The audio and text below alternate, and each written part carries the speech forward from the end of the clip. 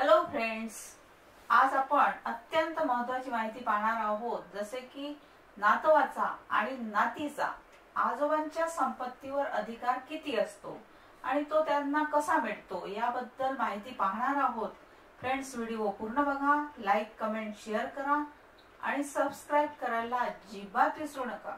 तर चला पाहूया आपण नातवाचा आणि नातीचा आजोबांच्या संपत्तीवर अधिकार किती असतो याबद्दल आपण सविस्तर जाणून घेऊया।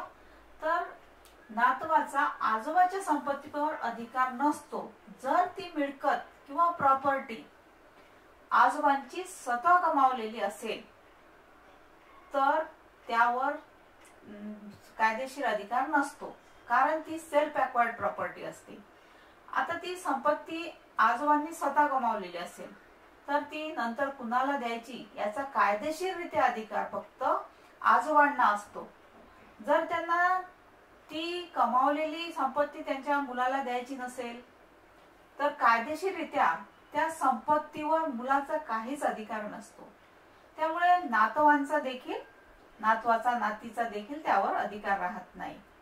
आता आजोबा त्या संपत्तीची विल्हेवाट कशी लावायची किंवा ती कुणाला दान द्यायची, गिफ्ट द्यायची, चॅरिटीला द्यायची किंवा इतर नातेवाईकांना द्यायची याचा निर्णय ते घेऊ शकतात, ते स्वतंत्र आहेत। आता कायदेशीररित्या अशी धारणा आहे की आजोबांच्या संपत्तीवर नातवांचा अधिकार हा असतोच, पण हे पूर्ण सत्य नाहीये।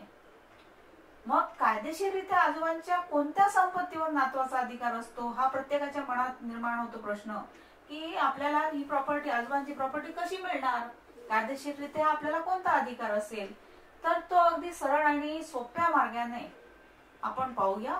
संपत्ती ही दोन प्रकारची असते, एक तर असते सेल्फ एक्वायर्ड, मी स्वतः कमावलेली संपत्ती, आजोबांनी स्वतः कमावलेली असेल तर, आणि दोन नंबरवर असते वडिलोपार्जित संपत्ती, म्हणजे अँसेस्ट्रल प्रॉपर्टी, जी आपल्या आजोबा पंजोबांपासून चालत आलेली प्रॉपर्टी, म्हणजे ही वडिलांकडून आलेली असते।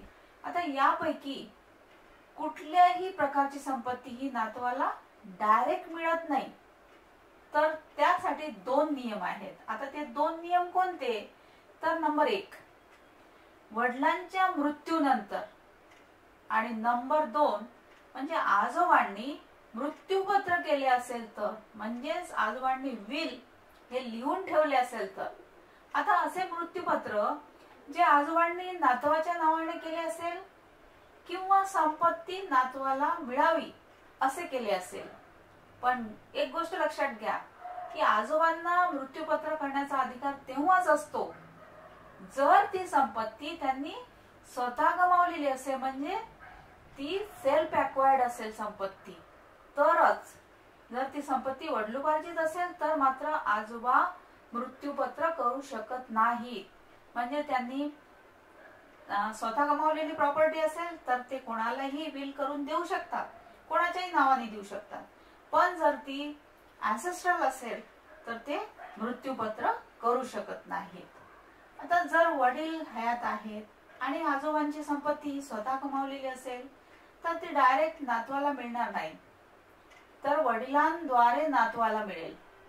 आता अशा संपत्तीवर नातू जबरदस्ती हक्क गाजवू शकत नाही किंवा हिस्साही मागू शकत नाही, कारण ती संपत्ती कुणाला द्यायची याचा संपूर्ण अधिकार आहे।